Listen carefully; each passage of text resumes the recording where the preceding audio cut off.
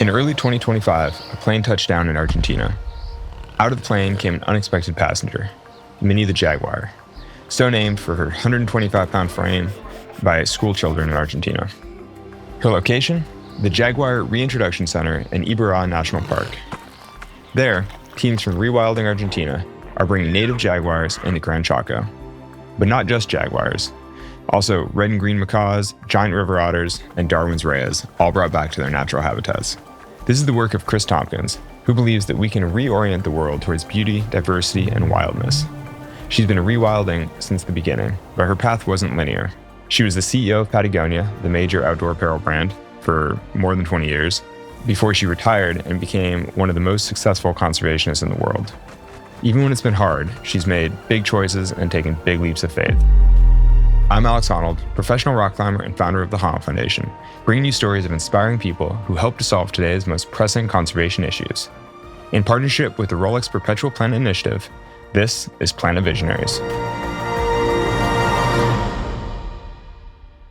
I'm Chris Tompkins, and I'm the co-founder and president of Tompkins Conservation. As a child, we grew up on our great-grandfather's ranch and lived in Venezuela for 3 years when we were quite small, and then came back to the United States, went back to the ranch. And I would say my understanding of the out-of-doors probably comes from being one of the hooligans in our family and spending most of the time outside. I met Yvon Chouinard when I was 15. I was in high school, and he was living out at a local beach where our family also had a place, and met him there. And by the time I was 18, I was working with him on my summers away from college. And when I graduated from college, I started working with him full-time, and eventually it became Patagonia Company. I met Doug Tompkins through Yvon Chouinard, and we ran into each other in southern Argentina in 1990. We fell in love then and there, and that was it. When I met Doug, he had sold his portion of Esprit Company and was looking around for projects that he might take on. And a year and a half later, I moved down there and joined him. Well, once we started buying land in Chile, the reaction was one of suspicion, doubt, discomfort. As that grew, it became really more and more dangerous. I was not used to being disliked by a government and neighbors and so on. So scared, I don't know. Scared's a big word, but really uncomfortable, unsure, absolutely. Once we had parks open and the trails were built and people could come, all were welcome, those fears began to subside. I think our first milestone was getting Pumalín Park open and people visiting and falling in love with their own forests, 1 million acres of forest. When Doug died the afternoon of December 8th in 2015, we had 5 new national parks we were in the middle of donating. And so the remedy for clearly the deepest grief I will ever experience was the need to stand back up, dust myself off, and go to work. So Chris, talk about that journey. How do you go from 53 years with the company Patagonia to your current work in conservation? We started Patagonia when I was 23, 22 years old. And by the time I was 40, I was thinking, oh God, what am I going to do? I can be doing this for the rest of my life. And it seemed impossible to me that was the outcome. And so I was really troubled and searching, how can I leave, the best job of my life probably, but I needed to do something else. And then I ran into Doug Tompkins, who became my husband, and he wanted to get into conservation and wanted to do it in the Southern Cone, Chile and Argentina. Had he not started his conservation efforts there when you guys met? He was just on the cusp. We ran into each other down in Southern Argentina. We fell in love like that day. Not kidding. It was a little like that. he went to Chile and bought his first piece of property. And then the next year I retired as CEO of Patagonia and moved to South Chile, to a roadless area. I mean, I think it's an interesting question because I think for a lot of people, being the CEO of a well-loved, well-respected company would kind of be enough. You know, it'd be like, oh, this is amazing, I've arrived. And it seems like you've arrived in multiple fields in multiple ways when you decide to take a next step. You know, I was so young when we started Patagonia Company. And then by the time I'm 40, God, we were traveling everywhere. We thought we were extraordinary, working in Hong Kong and Paris. And we think, God, can life get any better than this? And then all of a sudden you realize, Christ, I'm only 40 years old. I can be doing this till I'm 70. And then all of a sudden I started to feel like I was going to suffocate in a job I loved. I mean, This was a company we created in our heads. Everything we were doing exactly the way we wanted to do it. I panicked and really felt like I want to do something big with my life. I want to do something great with my life. And it had nothing to do with Patagonia. I mean, most people think, how could you do this? I love Patagonia. I'm still at it. But I wanted something much bigger, I had no idea what it was. Just that I couldn't sit in that chair another 30 years or 20 years. And then when Doug and I re-met in southern Argentina, he was telling me he had the same kind of epiphany, if you will, that there was in his case, not mine, a crisis between having a company like Esprit and doing something that was now completely counter to what your internal ethos was. And that's when he left.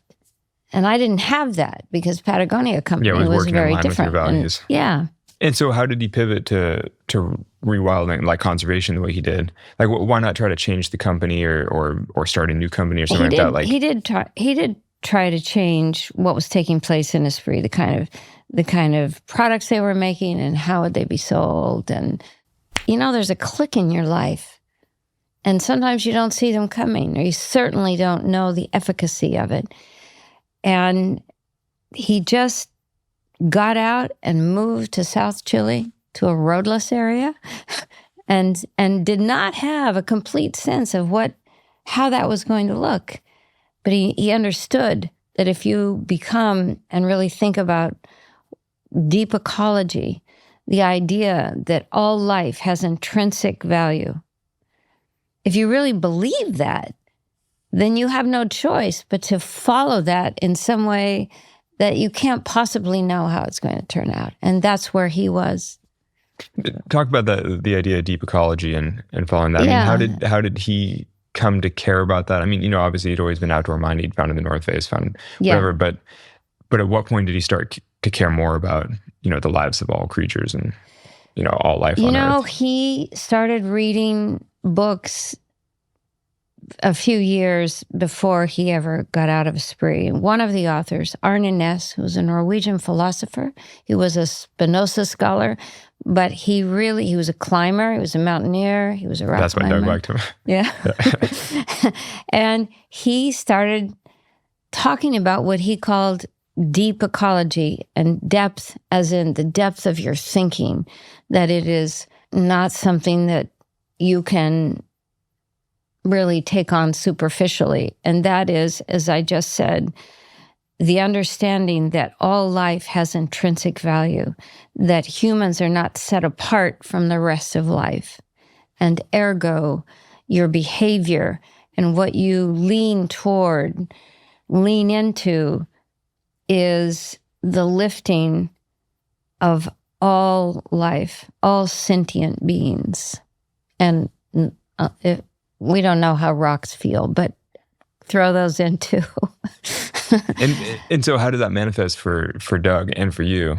I mean, as you start to become aware of those kinds of things, as you read about that, how do you I mean, because in a lot of ways, what you're describing for each of you is sort of a midlife crisis, where you're very successful in a career, and then you suddenly decide, I want to do something more meaningful. I'm pivoting. Yeah, but what if it's not a crisis? What if it's something else? It's a midlife unfolding of the deepest part of what it means and should mean to be human. Yeah, so talk about what you guys started and that journey. Yeah, so Doug, 1990, I think it was, 1991, decided to move to South Chile, seriously, to a roadless area. I think he flew around with you in some of these areas. I was going to ask, no, so I visited him the one time. I remember that. I was up here, I think. Yeah, you were there. You. But do you remember where, I forget which park that was, or like where? Yeah, I think it was your house, right? You flew around. Park at Pumalín, totally. Yeah. And then he toured me around all the, like, he was flying with his knees and like, taking pictures of all these mountains. I got so sick. Yeah, I got so sick. Oh, you got sick? Yeah, when we landed, I got out of the plane and puked in the bushes. I was like so sick because he was flying all around. Like, look at that mountain. And that one hasn't been climbed. And look at that one. He's taking all these pictures. And I was in the back just like, oh my God, I'm dying. Planes like listing side to side. You're in a long list of famous people who have, he was taking us somewhere nice to get lunch. Flying with Doug. Yeah, I was like, oh my gosh, it was quite the experience. I will say he was a brilliant pilot. I mean, when he used his hands, when he's flying with his knees and he's taking pictures, I was like, oh man, that's right. It's not that stable. When he got started, again, you have to place yourself in 1990, 91, and he's down there and he wants to do something, but it's not completely clear. And like you and most of the climbers, I'm from the climbing tribe, most of you don't worry about how it's all going to work out. You just are very careful and serious about what you're doing. At this point in our lives, the risk was to have left everything, go to the extreme south of Chile, and not exactly know what you're going to do.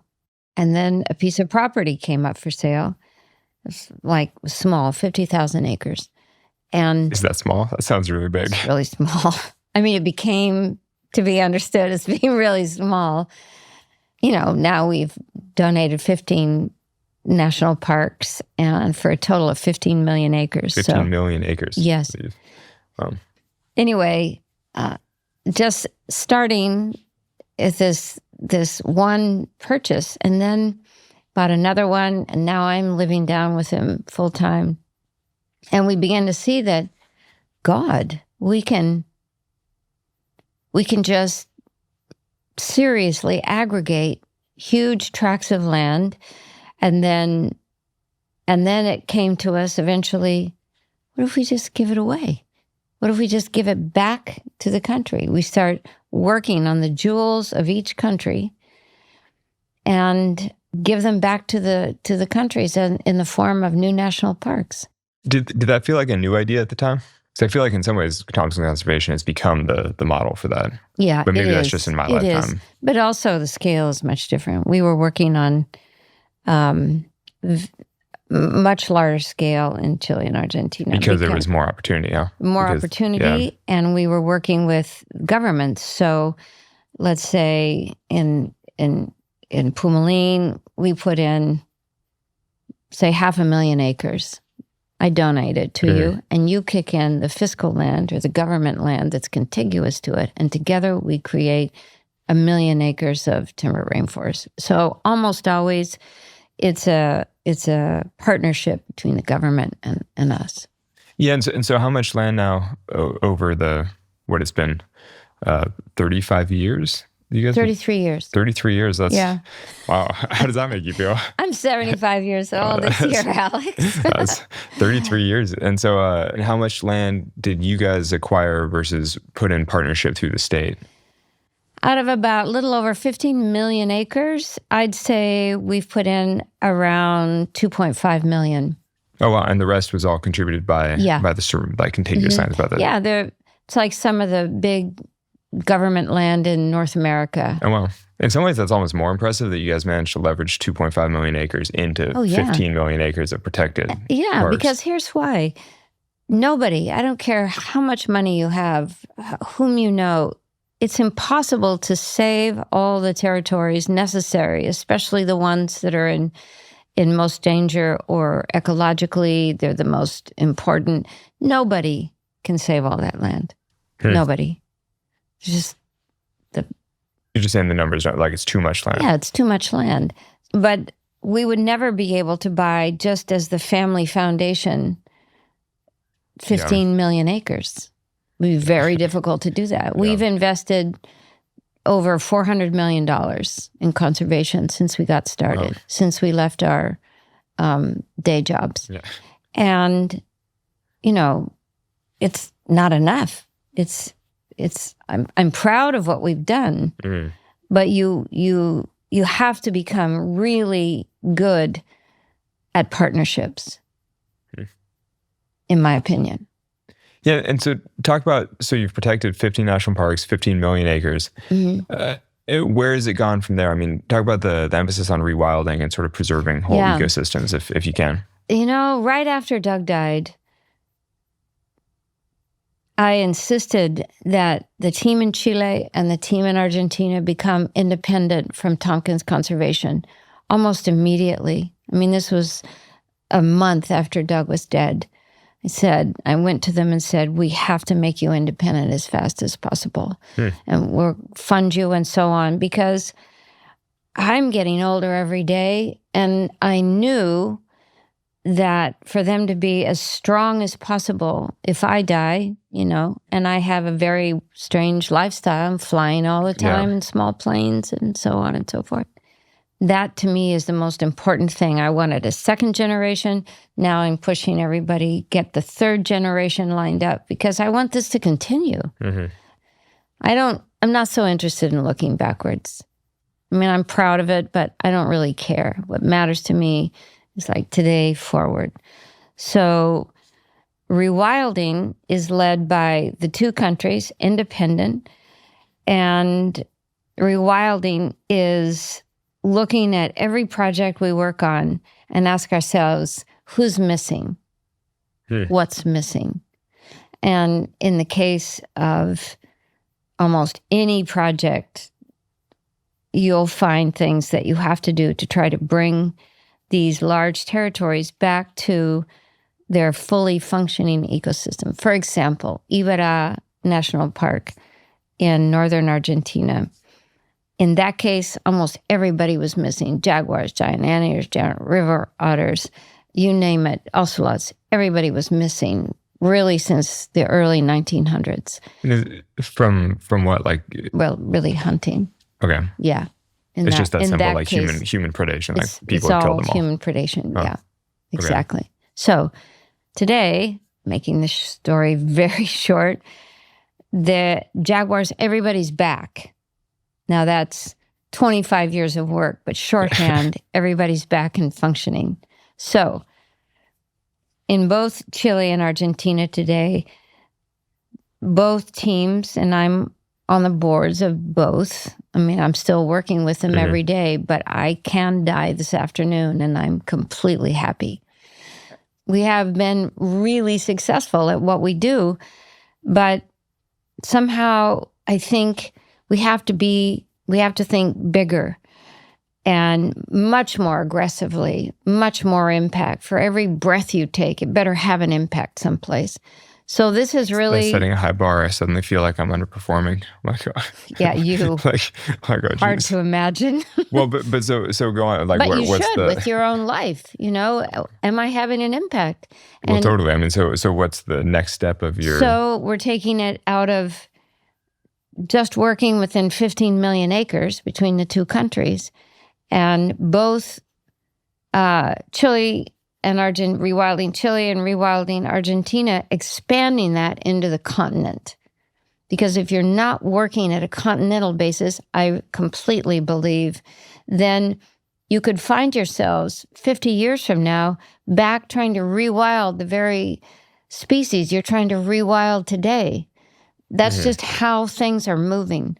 So in the case of Argentina, and this is one of the reasons we're in New York this week, is announcing a completely new initiative between rewilding Argentina, own safari in Brazil, the best team in Paraguay, and Nativa in Bolivia, to be working to reconnect Patagonia, the territory of Patagonia, back up to the southern border of the Amazon. And it's complicated, and in a podcast, it's really hard to describe without maps and stuff. But working in a way that jaguars can leave northern Argentina and get all the way up into the Pantanal and so on, and not just jaguars. So like wildlife corridors on a massive scale. But on a massive scale. On a continental scale. On a continental scale. And in Chile, same thing, but going up the Andes from deep Chile, where we work today, all the way up to northern Colombia. The work in Argentina for rewilding Argentina and also in Chile, rewilding Chile, all that inside their countries continues. But at the same time, you're expanding north out of your zone. So it's a sea change. But for me, I know what I'm doing until I drop dead. Yeah. I'm really happy. And it's as big and difficult as possible. And I think that's where I do my best work and it's like starting Patagonia. If you give me something and I'm able to start at zero, that's where I'm the happiest. And like you want to be tackling a big project. I want to be on something that feels slightly impossible. You really should have been a climber. I was, but yeah, as you know, well, I was a family climber.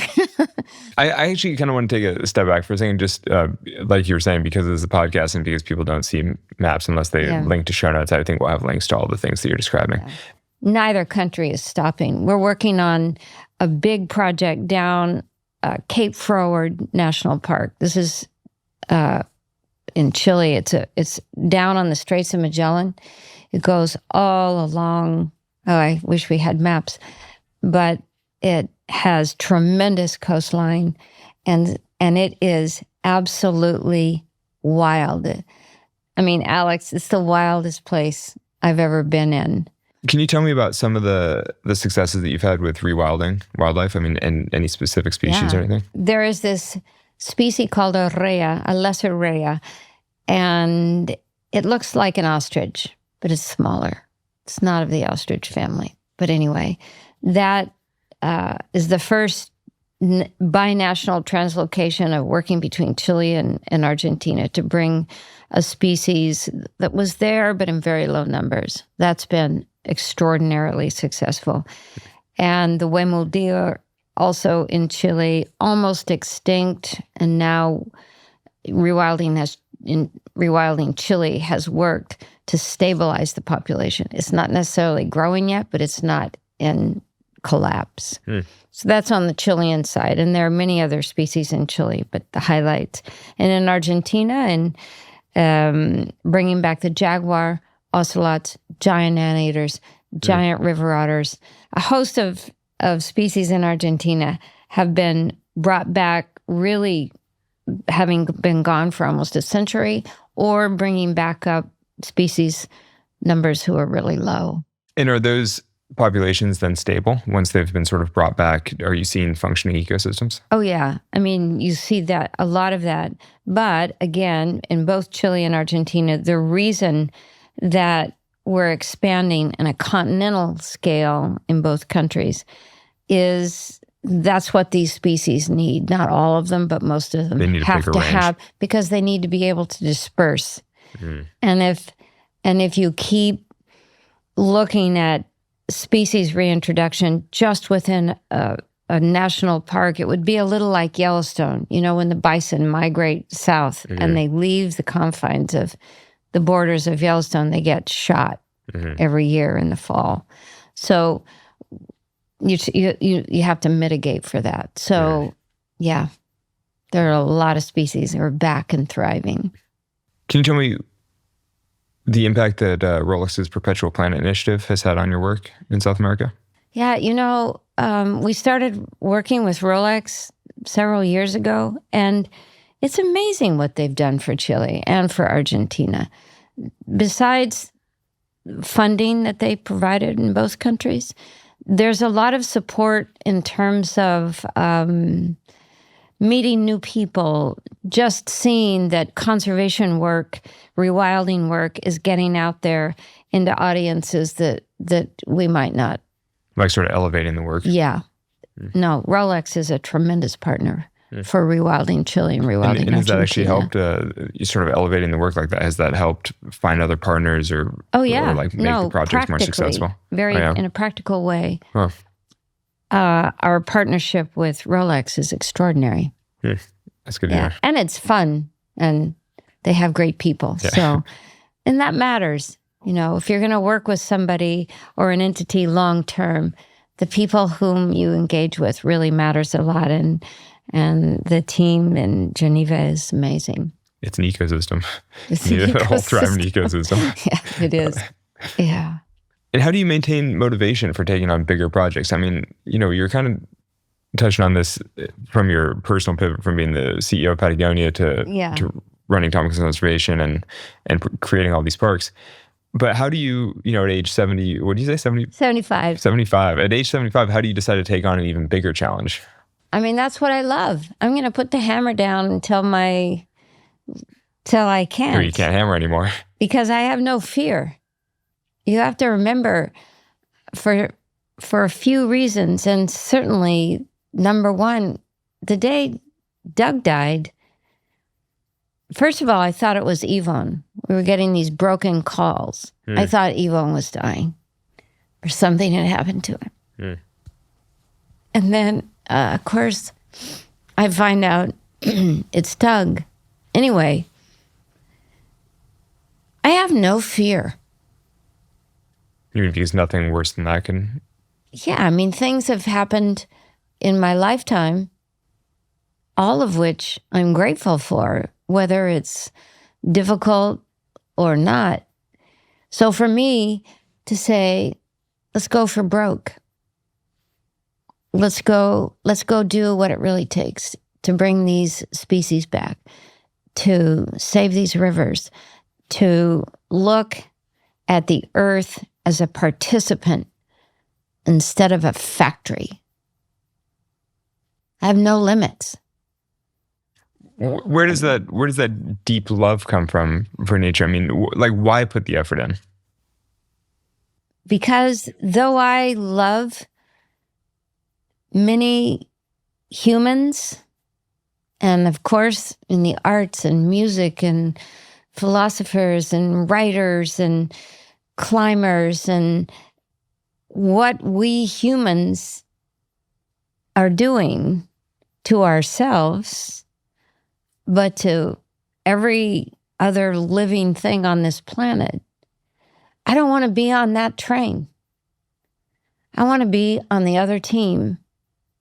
I had the chance to visit with Pope Francis in his library at the Vatican a few years ago, just the two of us. Just wow, visiting. As one does. Yeah.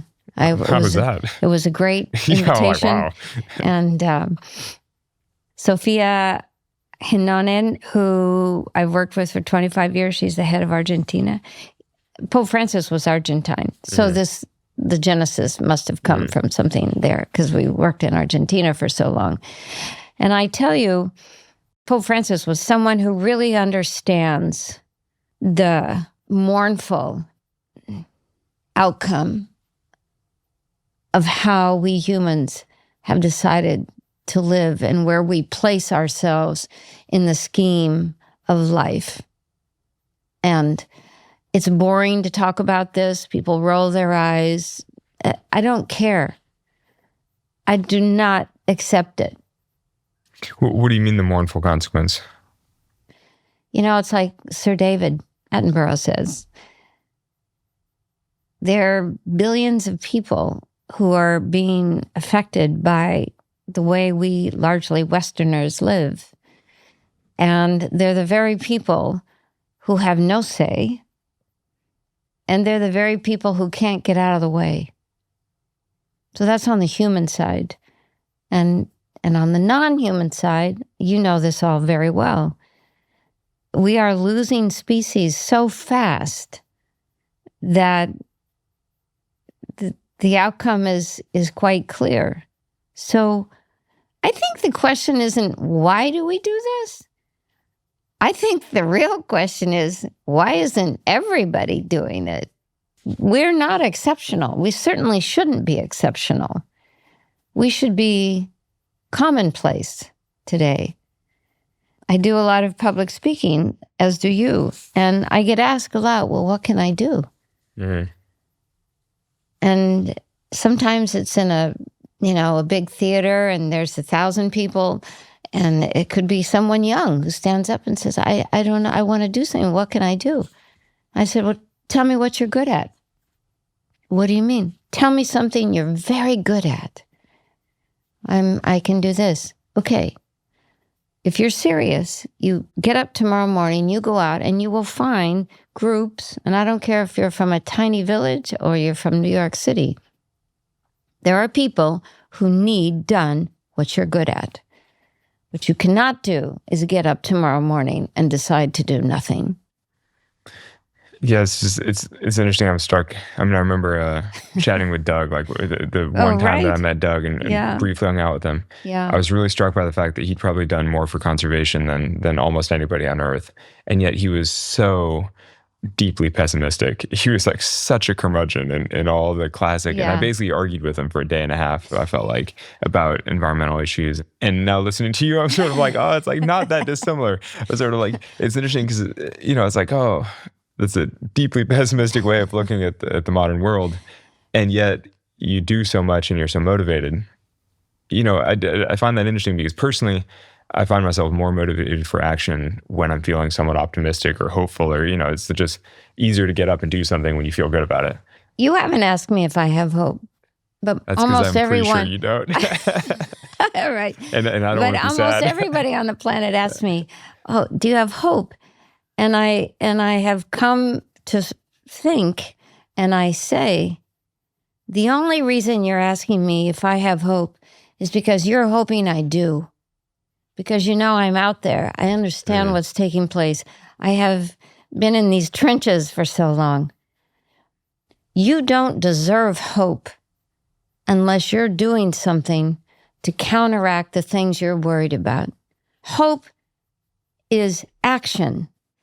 You can't just be looking at somebody like me and hoping we're going to get all this right.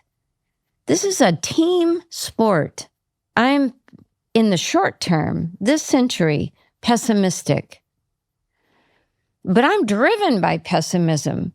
If I was optimistic, maybe I'd go to the beach more often, right? And it's not this black, sticky, oily pessimism. It's understanding what's taking place. Human suffering is unacceptable. The loss of forests is unacceptable. See it for what it is. Figure out what on earth, wherever you are, what you're going to do about it, and then get out of bed and go do it. I'm so amazed by my own life, what I've been able to do, and the people I love, and all of those things, that this is the gas in the tank for me.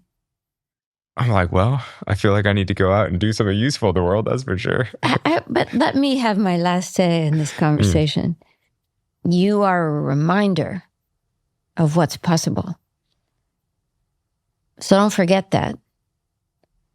Because you're not limitless, nor am I, but we seem to be comfortable in stretching the definition of what's possible.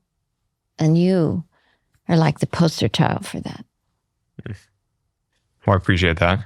I mean, from my perspective, everything I do feels very normal because that's what you do all the time. And that's, whereas I look at what you've done for the last, 30 years in conservation and whatever, 25 years before that, I'm sort of like, that to me is, the grass is always greener, basically. Well, no, it's our version of normalcy. Well, there you have it. That's our slightly more optimistic take. I mean, I think that you draw inspiration where you can, and you use that to do the best that you can to do something positive in the world. That's right. Well, thanks so much for taking the time and chatting. Chris, Thanks, it's a pleasure to see you. We'll put links to all of your work in the show notes. And thanks everyone for listening to Planet Visionaries, a Sony Music Entertainment production in partnership with the Rolex Perpetual Planet Initiative.